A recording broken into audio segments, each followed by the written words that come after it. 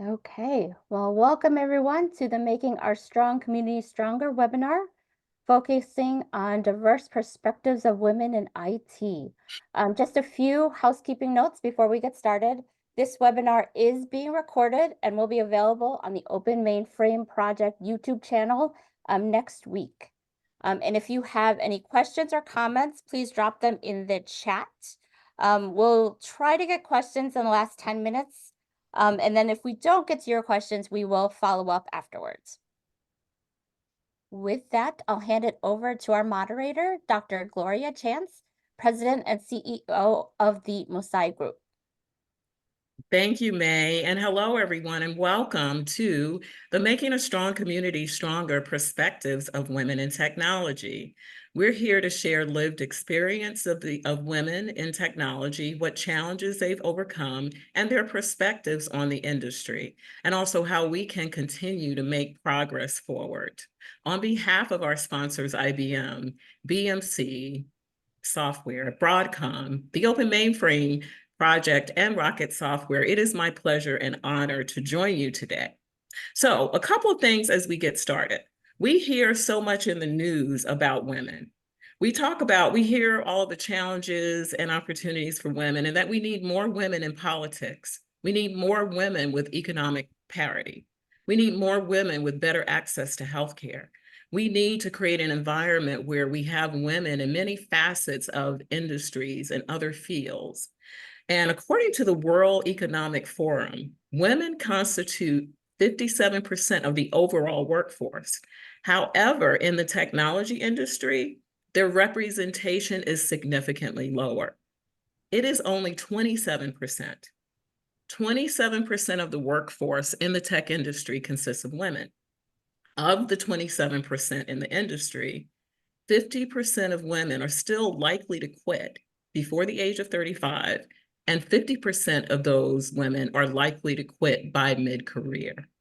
And so we see that we have opportunities across the board for women, and we're going to speak specifically today about those opportunities in the mainframe industry. I wasn't able to find data there, but we can assume that we are sort of at par with the industry. But also other research around women finds and asks these questions. Why does the technology industry have a gender bias retention problem, or does it?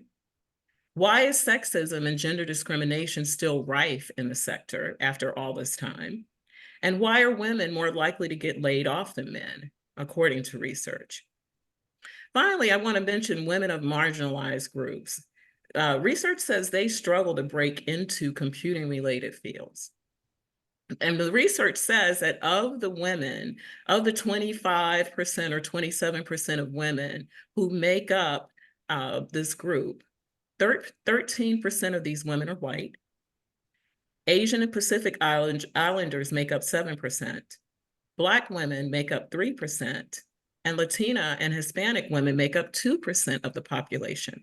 So we see even amongst race that we have uneven percentages amongst women that signal the marginalized women experience discrimination and encompass both race and gender issues, placing more obstacle in their paths in the tech career. So we all have work to do, not just we all, and it's about level, it's about interest and inclusion. And finally, as we get started, as we were, on what we would call in TV in the green room, we were talking as panelists, and someone asked a really profound question or made a statement and said, imagine what it would be like not to have to be grateful for being taken seriously. So you'll hear through the stories today from the panelists about some of those challenges and opportunities in this industry. And the story's not all bad. But let's go ahead and get started so we can learn more from our esteemed panelists. So I want to bring to the stage Allyson, Arshind, and unfortunately Becca with Rocket Software could not be with us today, Donna, Ruchi, and Rebecca. And so now as we get started, panelists, please introduce yourself and also talk about what it's like to be a mainframer today and what are you most proud of? Thanks, Dr. Cook. Hi, everyone. My name is I'm sorry. Thank you, Dr. Chance. I got my my name is Allyson Cook, and I'm a member of the Broadcom mainframe software division. I help to manage our customer engagement programs and technical events. And what I love most about being a mainframer, and specifically being a member of the Broadcom mainframe team, is the people that I get to work with, the exciting energy that is, just constant among our teams and among the technology that we provide. Thank you. Thanks, Allyson. Hi, everyone. I am Arshind Kaur. I'm a product development manager from BMC IZOT. I am very proud of my work with the modern mainframe developer. What makes this developer modern is not their age or what phase of career they are in, but because of their ability to rapidly adjust to change and just be so open to new ideas, new tools, new techniques. And there was this perception that the mainframe developer is maybe in a basement, kind of grumpy, writing very complicated code that nobody can understand. And I've been here 6 years, and I am happy to report there is no such basement. We have great agility in our mindset, and there's just fresh ideas and innovation all around on a daily basis. Arshind, that's so crazy because I could have sworn there was a basement when I was coming up in technology. I don't know, maybe it's been upgraded. Thank you for that. Hello, everyone. I'm Donna Hudi. I'm the Chief Marketing Officer and Head of Business Development at Phoenix Software International. Additionally, I'm the Marketing Chair for the Open Mainframe Project, and I'm proud to say I am a 2024 IBM champion. I've only recently started to get comfortable with calling myself an actual mainframer, but ultimately what that means is that I'm proud of doing what I love. And I'm continuing to learn something new every day. And if I add to that, I think one of my most proudest moments is being able to be in a position to help spotlight and encourage other women who are already in this industry and those who are not yet. Yes. Welcome to Mainframer. Hi there. Yeah, I'm Ruchi Saxena, and I'm with Broadcom design team. I've been into mainframe for about 10 years now and in the IT industry for the past 15 to 20 years. In my current role, I work with a team of awesome researchers who constantly talk to customers. We get industry insights. We get those insights incorporated into Broadcom products and make our good products awesome. So I love what I do. And when it comes to mainframe world, I'm proud to be a part of Broadcom, an organization that has a solid footprint in the mainframe world. I feel proud when, these small things, they add value to users, even if they do not know that it was created by the mainframe industry at the back end. And I can quote an example, like, for example, when I see my mom withdraw money from the ATM machine, right? And she turns back an accomplishment. Now, there is a larger accomplishment of an entire organization that's working behind the scenes to make this one transaction a wonderful, secure, and a seamless experience, right? So it is complex, but it's all worth it, and I'm proud to be a part of that organization. That's true, Ruchi. There's a lot of great power that most people are unaware of in this industry, for sure. Thank you. And hello, everyone. I'm Rebecca Gott, and I'm a CTO for Power Platform, which is the mainframe's, I'll say, sister processor line within IBM. So I'm here today because for 15 years of my career, before stepping into my current role, I was a mainframer, and very proud of what I accomplished over those 15 years. So through that time, I had the opportunity to work with world-class engineering teams to build the mission critical systems that we all rely on, as previous panel just mentioned. So I've had the opportunity to lead our pre-silicon verification teams through 5 successive generations of the IBM mainframe. And so these pre-silicon verification teams are the folks that verify the logic on the chips are functionally correct before we send those chips out to manufacturing.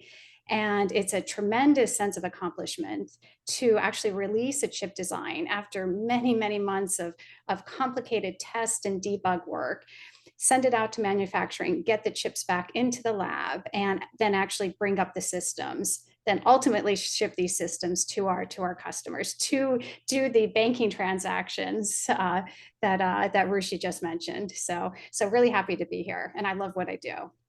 Thank you so much. And as you can see, we have a wide range of experience here on the panel. And let's stay with you, Rebecca. When we look at the best engineers, according to research, they say the best engineers will jump in and apply analytical problem-solving skills to human aspects. So not just the technology or the technical part, but also being concerned about the human experience. And they say that doing this improves team processes, communications, prioritization, but especially the end product for the customer. Unfortunately, despite research saying that, this human-centric approach enables team success and product success, this work is often perceived as non-technical and many times are held by women, and it could negatively impact a woman's career growth as an engineer. From your experience, Rebecca, based on what you've just shared with us in your background, have you had to deal with this situation in terms of people thinking that you weren't technical enough, or, especially around this human-centered perspective? Sure. Yes. Yeah. So since I was always, I spent the bulk of my career kind of in the lower layers of the hardware. After the 5 successive generations of IBM Z, then I moved to the higher levels of the stack where we were working directly with customers, trying to understand what we needed to deliver. And that's certainly, part of what I do in my current role as CTO for Power. And so what I've experienced, having, I'll say, been in the depths of the silicon and the hardware to the higher levels of the stack where we're actually communicating with customers, trying to understand what their requirements are. In my current role, I work very closely with our design teams and our product management teams. And I think they have some of the hardest jobs within the company, because it's those folks that are working to translate the customer requirements to what we actually need to build in products that we deliver and delight our customers with. And so for the folks in those roles, they are deeply technical. And I tend to think that the technical people in the organizations fully realize that, because we often appreciate they have very difficult jobs that we would have a hard time with. And so that's, I guess that would be the way I kind of look at that space. It is incredibly technical, and you're having to do that translation, which implies and means that you understand both sides of the view. Right, exactly. And also when you're looking at the human perspective and being able to translate the technical, you're also looking at the creative side of your mind. So bringing the technical and the creativity is also a winner from a product development standpoint. From my experience also as a leading distributed systems as a CIO. So Arshind, thank you for that, Rebecca. Arshind, so you have, something to say on this topic around the human-centric design. Very much so. So the group of products that my teams and I have been working on for the last 6 months, at least that I've been with them, they have the word DevX right in the title, and that stands for developer experience. So everything we do, we are designing, coding, merging, validating, not for the gender, but for the developer's experience. And we work in Scrum teams, so the entire team is involved when we design, when we have those discussions. And we actually have persona statements. They start with, as a developer, this is what I'm hoping to do. So this is a constant reminder to everyone that the end user is a developer. And as being developers ourselves, we are very sensitive to that human aspect of that design or the intended outcomes. So I have never encountered this to be limited to a gender. My entire team, my whole division, we focus on the developer's experience, the human being that's gonna use our software. So again, that's a unique experience I've had with all my DevX products. Thank you, Arshind. And before we move on to Donna, who wants to add something to this, I want to read one of the comments we have. Carla says, I would like to thank Arshind and the BMC Corporation for participating in this important topic of women in mainframe. The mainframe is here to stay. Go modern mainframe. So thank you, Carla, for your comment. And please feel free to add comments or questions as we go along. So Donna, what do you say about this customer human-centric approach? And have you had experience in your career of feeling like you weren't technical enough because you either did that function or some other function? Absolutely. I mean, as a chief marketing officer and head of business development, there's always a certain amount of assumption that maybe I'm not, because I'm not a developer, I'm not technical enough. But the reality is that I'm actually a very analytical person and a very technical person. I spent 30 years working hands-on in technology before I moved over to the mainframe. So while most of that wasn't on the mainframe, it doesn't mean that I'm not capable. However, for whatever reason, I still come across to this day folks that will kind of take one look at me and go, yeah, there's no way she, can be technical enough to know this or have the conversation. And maybe I'm not. But I'm okay with that, right? I used to let it tear me up when people would assume that I wasn't technical enough, and I would take it very personally, but I know who I am and I know what I'm capable of. And so I have just learned to persevere and share what I know and be willing to go and learn what I don't know. And I am fortunate enough to be surrounded by some extremely brilliant people who have the patience of saints and teach me on a daily basis. So Thank you for that, Donna. And Ruchi, you heard Donna talk about how, people might maybe don't think she's technical enough and those kinds of things. How do you deal with the issue of people thinking you're not technical enough? Well, as a design team, we feed and breathe on human-centered design, right? We work very closely and co-create our products with the end users. And so we need to remember that it is we who are creating this technology. So at any point in time, it's human who should be more valued over technology. Now, being non-technical is not the end of the world. So even the most technical folks, trust me, they do not know it all, and they admit it. And when it comes to me, I would just simply ignore behaviors that would pull me off track from what I really want to do. And it's not doable always, right? So when it is not, I just write it down and I leave it there. Don't carry the load any further. That's the best thing to do. Yeah. I love that advice. You hear that, everyone. Don't carry the load any further. And if you're feeling uncomfortable, sometimes it is important to focus. I know it puts the onus on people who are impacted. Unfortunately, that is something that is true across all the conversations around diversity. And again, where we're asking people who can hear this, if you have leadership capabilities, any type of power, ensure that you are aware and open to how women on your teams may be feeling about their experience. And so speaking of teams or journeys, there's something in marketing called the hero's journey. And actually back in a long time ago, back in like fairy tale days, the hero was always male. And the hero was a lot about going out and gathering and hunting. And if you could come back, you would be a hero for saving the day and feeding, the people. And according to research, and the fact that we have a gender-based retention problem, more than 50% of women in the tech industry, as we mentioned earlier, are likely to quit by 35. And so we know that we're still struggling with this, but we're still here. And so what we want to talk about is share, everyone on the panel, what is your story, or what was your struggle story or your challenge that got you here to where you are today? What was the hardest thing that you had to do as a woman? In other words, what is your hero's or shero's journey? Allyson. I would say for me, my hero's journey was just growth within, or the hardest thing for me has been like growth within the organization. So my career in IT is over 20 years long. However, my growth within the organizations that I've been a part of have been lateral as opposed to a vertical growth. I have been on amazing teams and worked with amazing people and had opportunities to learn and contribute and provide value. Accepting or being comfortable with that lateral growth as opposed to, the traditional, we're going to climb the steps of the ladder and get to title X and then we made it.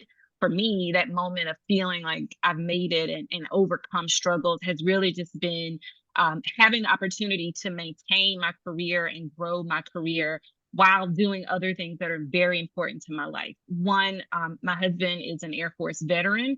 And so while he was active duty, I was able to maintain my career and be supported in maintaining my career in IT through all of those years. Two, I have an 8-year-old daughter back here, and being supported as a mother while working in IT, and knowing that I can be there for my daughter, especially when she was much younger. That was really huge for me, and for me, that has been the success of my 20+ year career in IT, is being able to support my husband and my daughter whenever I needed to. Allyson, thank you for that. I think there is something to be said about, so most people think people want to move up, but there is something to be said about lateral opportunities that can also have you grow as an individual, and also have as much knowledge as some who would go up. But Allyson, you also mentioned there's another little thing that might contribute to you not wanting to move up. Are you Yes. sure of that? Yeah. Yes, for sure. So as I mentioned, I've been in IT for over 20 years at a couple of different amazing companies.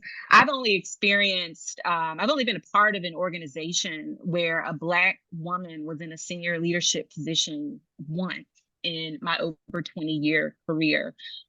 So sometimes, I think perhaps that's why I haven't, why I've gotten, I don't know if comfortable is the right word, but why I have felt good about the lateral growth as opposed to the vertical growth, is because I don't see women, in my experience, I have not seen women, except for one time, who look like me in leadership positions. And so it's difficult to feel comfortable knowing that there's executives who will understand my perspective and support me in that growth. Yeah, and I think someone mentioned earlier, sometimes it's just exhausting to you have to choose whether or not you want to have the fight, right? And so, yes, for sure. but I think a great perspective around being lateral, but also we know that representation matters in terms of people who want to come into an industry and also into a company. Arshind, what's your story? My story, to be very honest, is I have never faced discrimination in a workplace due to my gender. And I acknowledge the that you work know of of, all or the can you say that you know of? that I know of. Okay. Right. I mean, I'm not saying, oh, we don't know, because right. sometimes it is difficult to know, but go ahead, sorry. Well, no worries at all. Every role I wanted to apply for, I was able to prepare, educate myself, apply, and I was given the opportunities. And I don't recall an incident where I thought, well, a male or a non-female gender got that role and they were not qualified, and I was. That just luckily didn't happen to me. But maybe it wasn't luck, is what I was about to say. I want to thank all the women before me and male allies for working tirelessly for decades and getting around, bringing about the cultural changes, process changes, legal changes, and what's giving me this, safe and supportive environment today. So my struggle has been very internal. I don't think I can have an average day. I think I must perform a certain way. I think I must elevate myself so that I can be the example to the women behind me, around me. And I just feel like I can't have an off day because so many women and male allies worked so hard to give all this to me that I just can't. I want to make sure I add to the global success of women. So the struggle is always internal, but as I'm growing in my role, especially since I'm in a managerial role, my colleagues, the way they support me, both genders, I'm realizing it's okay sometimes to take a step back. And as long as I'm there to guide my team, small setbacks, small failures, it's all right to let them live their experiences as well and not be overly protective or overly involved somehow. So it is a journey, but that is my journey and I'm honest about it. Sure, and Arshind, thank you. I love how you talk about you haven't experienced discrimination, and that's to be applauded for the places you've worked in. But I also hear you saying that you're aware of it because you internalize it and want to make sure that you're giving back to others who need you. So thank you for that. Donna, what has been your Shiro experience? For decades, I worked in IT, hands-on, in the distributed world, however. And the distributed world is very different, in my opinion, than the mainframe community, if you will. And the struggle I had back then was always just being taken seriously, right, against my male counterparts. I had situations where if I went into the CTO's office with an idea, something that needed to be done, it would get shot down immediately. But if one of my peers went in, one of my male peers went in, then he got listened to, he got taken seriously, the whiteboard was brought out and all of that kind of thing. And I had to learn how to either walk away or figure out how to work within that environment so that I could continue to move forward, because that's what I wanted to do. And so what I figured out was, how do I make my ideas his ideas? And it took a little while, but once I figured out the best way to make my ideas his ideas, then they were the best thing since sliced bread. And as long as I was okay with the fact that I wasn't getting credit for what was being done and just was happy with the fact that it was getting done, then everything worked out fine. Now, I've not experienced that in the mainframe community. In fact, when I joined the mainframe community 10 years ago, I was shocked at the difference. And I'm taken seriously every day. I'm given credit every day. I'm very happy that I'm in the position that I'm in. And I think that's part of why I love what I'm doing and where I am at this point, because I'm not experiencing that anymore. So thank you, John. I would say to men out there and even women, make sure you give people credit for their ideas. It's really important on a human level to feel appreciated. And also it builds team trust when you can let people know that their ideas are respected and you respect them. Thank you, Donna. Ruchi, what's your Shiro experience? I like it when you call it Shiro. Yeah, so for me, it's been I live by what you call the learn and apply what you learn kind of a philosophy, right? So in my life so far, anything that I learn, I make sure that I use it before I move to the next level. And so my journey has been nomadic. The reason I say that, because early in my career, I took genetics as majors, and I ended up working as a technician in a genetic lab to apply that knowledge. Then I graduated to environmental sciences, and when I wanted to go ahead and apply that knowledge, the challenge that I faced was, during those times, like in any other developing country, right? The place I grew up, they would prefer male candidates when it comes to field jobs. So I had to eventually drop my plans of any kind of field job related to environmental sciences. But then I did get to apply the knowledge, and that was through a geography magazine.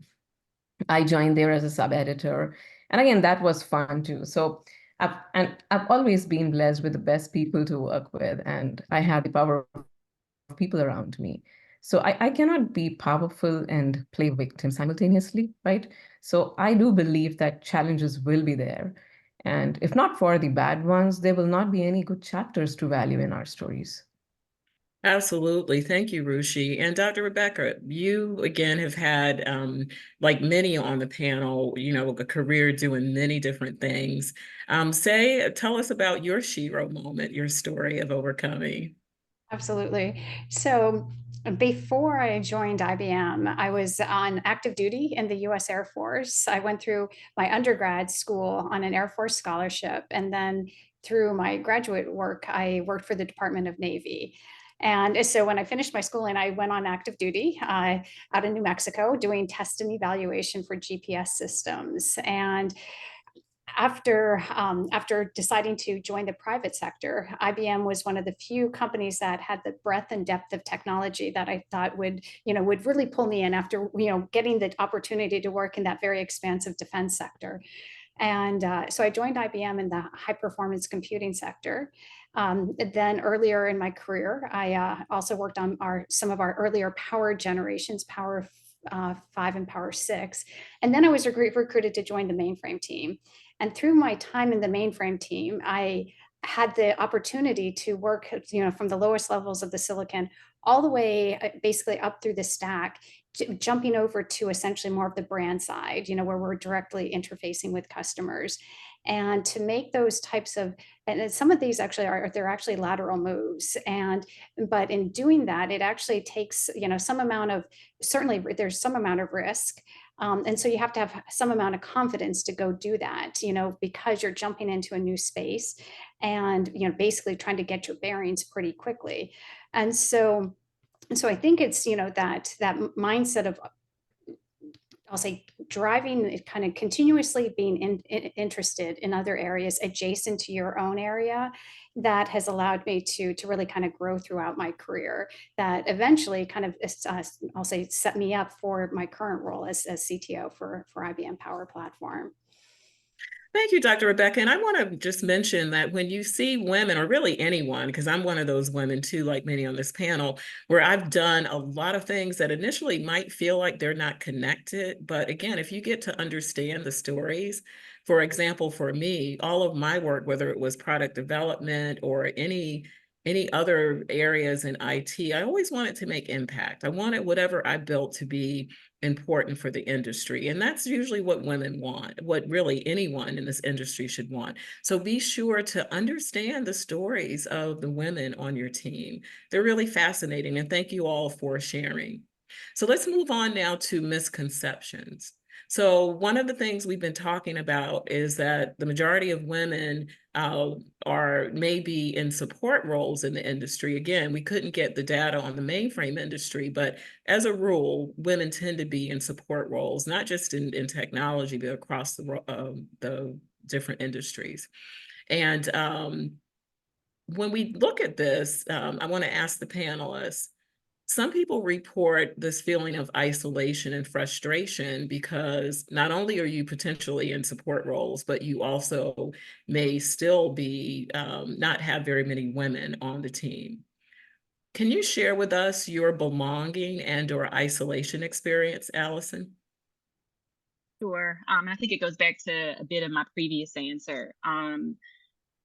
Throughout my career, again, over 20 years, I have only worked with or been a part of an organization where a Black woman was held an executive position once. A lot of times, I'm the only Black person or the only Black woman on a team or within an organization, and it can feel isolating. And that is probably the biggest frustration, is not always feeling like my perspective or my experience is represented throughout an organization and up at the executive level. Yeah, and so that isolation and not feeling like you're a part of the team can absolutely be discouraging. And Donna, you mentioned you have a very distinct thing that has made you at times not fit in. Can you share? Sure. And Dr. Chance, you know this, it's a proven fact that we all write narratives in our head, right? Mm-hmm. Instantly, when we see something, or more importantly, someone who's different from us, we instantly write a narrative in our head. And because we're looking at their differences, those narratives are not always positive. A lot of times they're negative.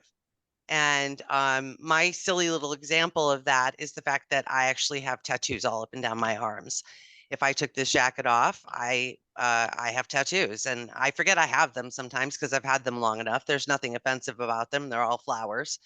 But I've experienced times where I maybe, let's say I'm, out shopping, or I'm out somewhere hanging out with a friend, and my arms happen to be exposed, and I'll walk into an establishment and you'll see instantly someone take one look at me and instantly decide what kind of person I am.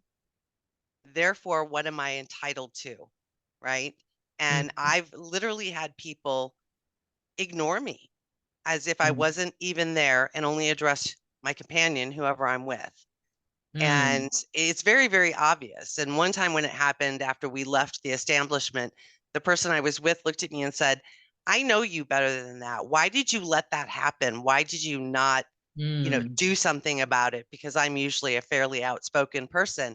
And I said, well, I'd written my own narrative in my head about what that person was worthy of, and I decided not to waste my energy. Good for you. So Good for I you. think that And happens in a lot of cases as just as women. People look at us because we're different as a woman versus a man, and we write that narrative. for sure. And Donna, you bring up such a good point that you don't always want to stand up and step up and stand up for yourself. I mean, that person who was with you could have actually stood up for you. So, because True. it can get exhausting. And Ruchi, you mentioned a little bit of similar exhaustion in meetings. Say more about that. Yeah, I mean, just to quote an example of, when you start thinking, you get to notice it's just like that. So when when you sit in any meetings and you have this small talk, that's the piece. People talk about things that you're probably not aware of or do not understand, and that might make you feel out of place. Now, that can also be a cultural thing, right? So whenever I'm leading something, I make it a point that I talk what is relevant to everyone in the room. So that's one thing. Also, in my role as a researcher, I tend to kind of move and hop on different products. And sometimes I end up absolutely with no technical knowledge or background. So what's important is that you acknowledge those gaps as normal. Like Donna has mentioned, right? Look at the differences, and differences are all that you see. So I would just stop focusing on those differences and practice to identify those commonalities. That would definitely help. Yeah. Absolutely. And Dr. Rebecca, what do you have to say on the topic? Sure. Yeah. So, so I've through my career, I've had situations where I've joined teams from the outside. And actually, when I joined the mainframe team, actually, that's a kind of a good example. So I was working on IBM Power at the time, and I had was essentially recruited in to join the pre-silicon verification team for our processor cache subsystem on the mainframe. And so I was pulled in to be positioned as essentially the next team lead. The current team lead was retiring, and so that was a situation where I'm stepping into a very well established team. And I'm also stepping in with the expectation of leading this team, in the not too distant future. And so what I had realized in prior experiences, when you're working with folks you haven't worked with before, particularly in a development type of situation, one of the best ways to get yourself, I'll say, accepted is figure out as quickly as you can how to become useful to the team. Basically show what you can contribute and show what you can deliver. But not getting coffee, not making. Exactly. Okay. Yeah. Exactly. Yes. Okay. Yes. Everybody Yes, hear exactly. that? Yes. Yes, exactly. Yes. Yeah. So I jumped into to basically loving to solve some of the trickiest types of problems to debug. There's some of the problems that nobody wanted to look at. I said, okay, I'll look at them. And so I really threw myself into basically this, very complex debug work. And then, I became a to-go-to person for that. And I basically established my credentials, my street cred with my new team, that, hey, she actually she knows her stuff. She's figuring this out, and she's figuring it out really quickly. And so that's been my experience. And then once you're kind of integrated, then from my view as a technical leader, I want to make sure that everyone else in the team is basically feeling included, that anytime anyone else new comes on board, we're giving them the right path to succeed. So that's been my experience. And I love that. So women, she's saying, have confidence. Like, you didn't know if you could really debug the code, but you raised your hand and said, I'm going to figure it out. And that is important too, having the confidence to jump in. And as we look at another misconception, one of the things that, we hear in the research is that some people think that women can't rock the hoodie. Now, there was a time when I was in Silicon Valley, and I was leading a spinoff startup company with a really 160-something-year-old company who was spinning off a startup. And it was true that when you're crossing the street, everybody was a sea of Black hoodies. But the research says that women can't rock the hoodie, right? So I'm curious if that matters, even what that really means, because people envision someone who works in tech is wearing a hoodie, but they usually think of a man in a hoodie. So what made you, if it wasn't a hoodie that can or will or has made you successful, what tool worked for you to get to the place where you're at today? Was it mentorship, sponsorship, networking? And I really want to know, was a hoodie involved? Allyson. Well, I would say for me, there's two big ones. Mentorship for sure. Having women and men throughout the years within IT and in leadership roles who would take the time to listen to me and provide feedback. And sometimes it not always be the feedback that I wanted to hear, but that I needed to hear has been key. People in my ear, encouraging me and pushing me and rooting for me to do things outside of my comfort zone and to try new things and to stick it out has really been huge. The other thing for me has been a clear understanding of purpose. So I would say 22-year-old Allyson starting out did not really have that, but today, knowing every day when I log into work why I'm here and why I choose to continue to be here is really what keeps me going. Having that perspective helps to kind of block out some of the distractions and frustrations of the day and really focus on what my purpose is for being here. And no hoodie involved, right? No hoodie, not at work now, but when I'm like carpool, I'm in a hoodie. Okay, got you. So expanded hoodie wear. Okay, Arshind, what about you? What's been successful tools that have made you successful? I want to start by mentioning that men think that women are always wearing the hoodie of emotion. And that's why sometimes they're not fit for certain roles because you're always too emotional. And then they expect you to innovate as a developer. Innovation is not possible without emotions such as passion, caring about wanting to make a difference, excitement. So to me, what works for me is to watch successful women with or without their hoodie get rewarded with promotions, titles, elevated states of success. I want to see it happen. And then with those women, of course, then I need mentorship with them, networking, socializing, and that will have the biggest impact on my life. Seeing is believing. Just let me see that a woman get promoted, a woman get elevated to the highest levels possible.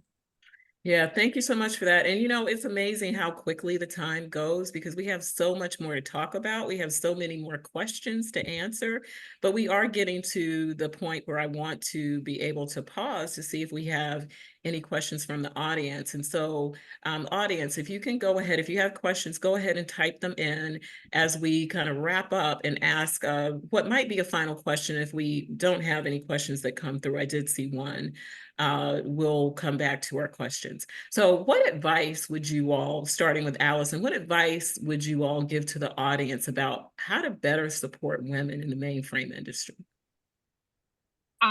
I would say my key advice is to give women within your organization the opportunities to speak up, to lead, to share their perspectives and experiences. If your organization doesn't have women in leadership positions, then that's an opportunity to take action. If your organization doesn't have women of color or Black women in leadership positions, then that's an opportunity to take action. My goal in doing these types of panels is that Dr. Chance, the next time this comes around, there's other women and new fresh faces for you to invite to be on the panel. Yes, that is our hope. And we will give that actually to the mainframe, the Making a Strong Community sponsor group, because it's right. I mean, we want to make an impact. And Allyson's asking, I'm going to speak for you. Allyson's asking if you can attract more Black women to the mainframe industry. Thank you, Allyson. Thank you. Who wants to jump in? I'll go next. My one request would be to do whatever you can to ensure there is a balanced representation of women in senior management and senior leadership roles. And then you can offer on-the-job support, on-the-job education plans if there's any presumed lack of skills or experience compared to their male colleagues.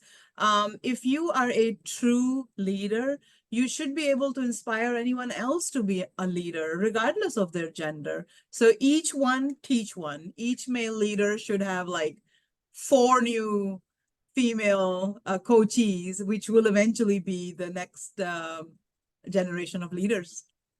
Oh, that's so wonderful. Thank you, Donna. So first, I just want to say I can rock the hoodie.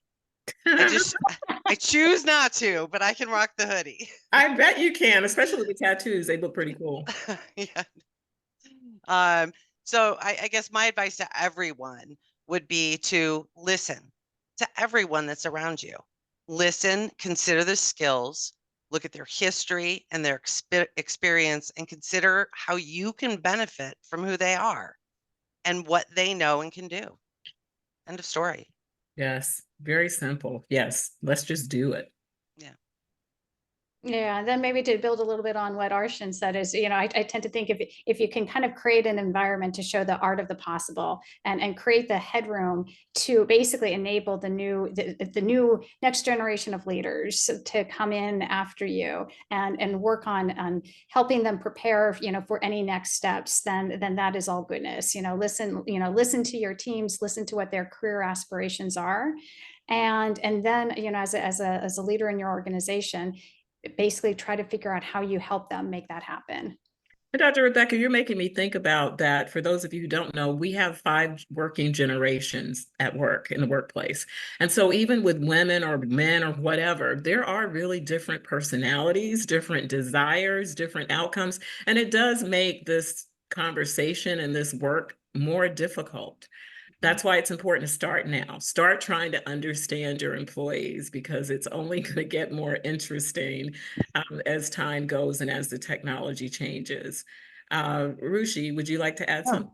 Yeah. And my advice in this area for anyone would be around what I tell my kids. It's the rule of life. I tell them, be good and you get good. Just live by this, right? So make your experience with a woman a journey. It should be like a journey where you support each other, you love, respect, learn from each other, and eventually you will grow together with all the grace and dignity. It's very true, and it takes a lifetime to experience this.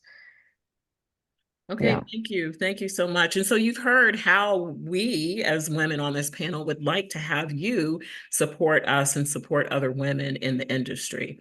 So I have a question here that I want to ask the panel, and it's coming from Nayal Ashley.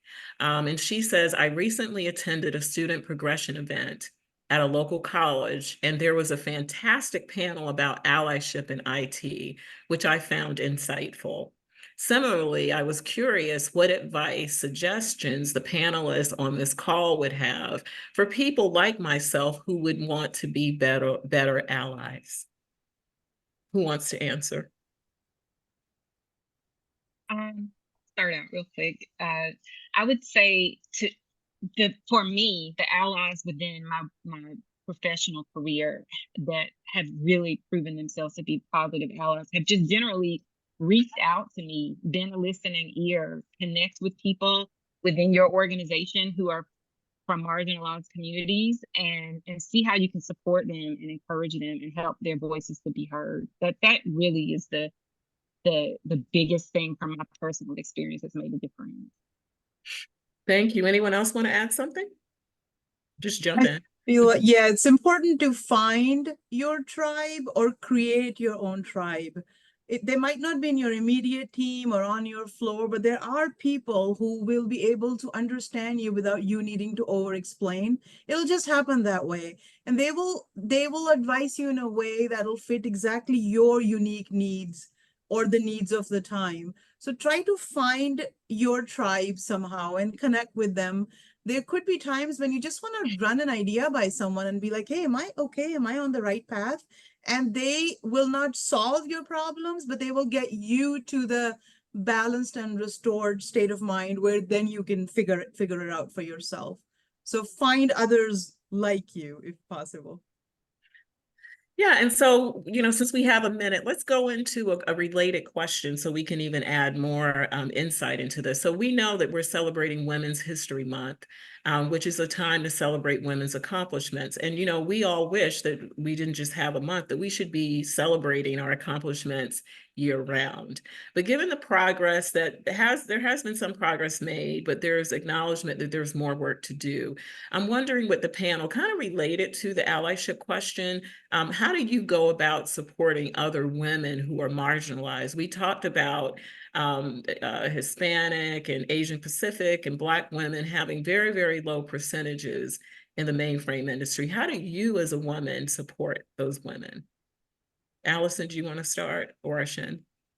I can start. I would say similar answer to what I had said for the participant question, but I would just add that being comfortable and brave enough to speak up and share our own perspectives and be honest, which is very difficult to do sometimes, especially when you're already feeling isolated, but trying to be that example and create that safe space for folks who are also in marginalized communities to know that it's okay to share their stories as well. Yeah, and I just want to ask the audience, if you hold on, we actually have a way that you can participate, and thank you for the compliments about the panel. We have a way at the end where you'll be able to participate further and continue the dialogue. So go ahead. Any other advice on how you all, or share how you all support marginalized women? Sure. Yeah. Yes, no, go ahead. Okay. Okay. So I can chime in there. So when I see anyone who is, I'll say, perhaps, very introverted or somehow marginalized, I always try to basically kind of pull them in and get them, opportunities to speak in meetings and feel part of the team, to be included like that. But to maybe piggyback on essentially what you had mentioned in terms of finding your tribe, I also try to help people make connections. And so if you have, a new team member joining your team, and you know someone else that you've worked with previously that kind of has some of the same backgrounds, or maybe the same experiences that you really think that person could relate to and mesh with, help them make those connections. And I think that can go quite a long way. And in both in terms of being feeling included and broadening that person's network. Thank you, Dr. Rebecca. I just want to give a shout out real quickly, and we'll continue this conversation, to Candace, who says, Black female technical mainframer here since 1995. I actually have worked in a physical basement. See, we have verification, a physical basement for a company. I love to see more women of color in the mainframe space. Thank you, Candace. And then Michelle says, I'm with you, Candace. Mainframe strong since 1989. I started from the bottom, the computer room, and worked hard through several roles. We're definitely here. So some Black women saying we're here. And I'd love to hear from you all when you have the opportunity to participate later. How did you stay here? What helped you stay here in the industry, so we can get some encouragement going? Thank you, Michelle and Candace. So continuing the question, let's go ahead. How do you all support? Who else wants to share how they support marginalized women? I'll share. I'm trying not to make it a long story, but growing up where I did, I realized that you could go through the same life event, but have a totally different experience based on what gender you were. And that I saw it for majority of my growing up years, until I stumbled upon in the field of technology. And suddenly I realized technology is the great equalizer, because if you're using a phone, your television, even a mainframe, they don't treat you any different because you're a woman or whatever gender you associate with. They treat everybody the same. So it became kind of like my mission to spread out this message to as many women as I could find. Come over to the world of technology. We don't code for masculine or feminine outcomes. We want successful outcomes. So this field for me was free of any one of those expectations. And one quick thing I want to add is there is no such thing as imposter syndrome for women. You probably feel that way because you don't see enough people looking like you in the rooms that are in. That's fake. You're there because you are qualified. That's why you got hired. Just educate more and more women to join, and soon they won't be. If the room is full of imposters, then we're not the imposters anymore. We're the real deal. Thank you, Arshind, so much. And Niall said, fantastic panel. I'm so glad that all these companies are working together to encourage a diverse and inclusive future for our industry. And it reminded me that while Becca isn't here, I do want to give a shout out to Rocket Software, because part of Becca's story was that she came in, and I hope, Becca, sorry, hopefully I'm getting this right, that when she came into Rocket recently, that she was actually carrying, she was pregnant, and that she was able to joined the company, and then her child was sick and they supported her. And so shout out to Rocket for, again, giving that support to women, because as women, we do have that extra added thing, like we give birth. So that's just who we are and what we do. And it's great to be supported and not have to worry about that. And so as we wrap up, we really appreciate all of the conversation, all of the engagement from the audience. And if you have any additional questions, please put them in the chat and we will follow up as we can. Some of the key takeaways I want to make sure that you remember is that, especially as you're going out to hire women, look for traits like curiosity, engagement, drive, insight, and transferable skills rather than the actual experience, as we know this is a powerful industry and has all kinds of capabilities that can embrace everyone. Also, there are create online spaces in addition to dialogue directly with women that will help with social, emotional, technical, and networking support that in the research proved very valuable for women. Mentors and allies can also help to tackle the retention problem. So if you don't know how to be an ally, there's amazing training. And what most people don't know about being an ally, there are about 12 ways you can be an ally. So figure out what thing it is you want to do. You don't have to always go out in the street and march to be an ally. You can simply mentor someone or do some of those things. And also just seek to understand, to learn, talk to people. And so we want to keep the conversation going. I mean, wasn't this a great conversation based on what we heard from in the chat? So we want to keep it going. We want to keep it going all month long. So please go to the Making a Strong Community Stronger LinkedIn page. You can scan the QR code that should be on your screen right now, so that we want you to tell your story. So women, go to this page and tell your story of how you were a shero, or to encourage women about the industry. And men, you hear me? This is the one thing I want you to do if you're a man. I want you to tell us on that page how you have helped women, or how you are going to help women triumph in this industry. We want to hear from you. So please, as we continue to honor women during Women's History Month and throughout the year, go to our page and tell us your story. And again, I'm Dr. Gloria Chance, and on behalf of the Making a Strong Community Stronger, and also our amazing panelists here, we want to really thank you for joining us today. And thank you, Arshind, Donna, Dr. Rebecca, Ruchi, Allyson, and Becca, we missed you, for joining us today. And again, if you have any questions that we haven't been able to answer, we're happy to do so after the event. And I have, since we have a minute, I'll read something from Kenneth, who says, "Not a question here. I'm just sharing a positive experience with a very influential person early in my career." So here's a man modeling. Excellent. We have a man modeling what to do. "She was a diesel mechanic in the military before landing in a mainframe career. When I met her, she was the top DB2 administrator at AT&T. She rode a Harley and had many tattoos. She gave a presentation to the C-suite folks in AT&T who had never met her. When she arrived in Philly for the conference and the AT&T execs laughed at her and made snarky remarks about her appearance, she strategically waited to enter the conference room until everyone was seated, and then she walked in. She often told this story about how powerful vocal silence can be." So thank you, Kenneth, for sharing that. And see, he shared a story of observing the power of women and the power of different techniques that women can use in terms of being their true, authentic self. And again, we thank you so much for joining us today, and we look forward to continuing this conversation and making our strong community stronger. Again, log on, link in, give us your feedback, and thank you for joining us. Thank you.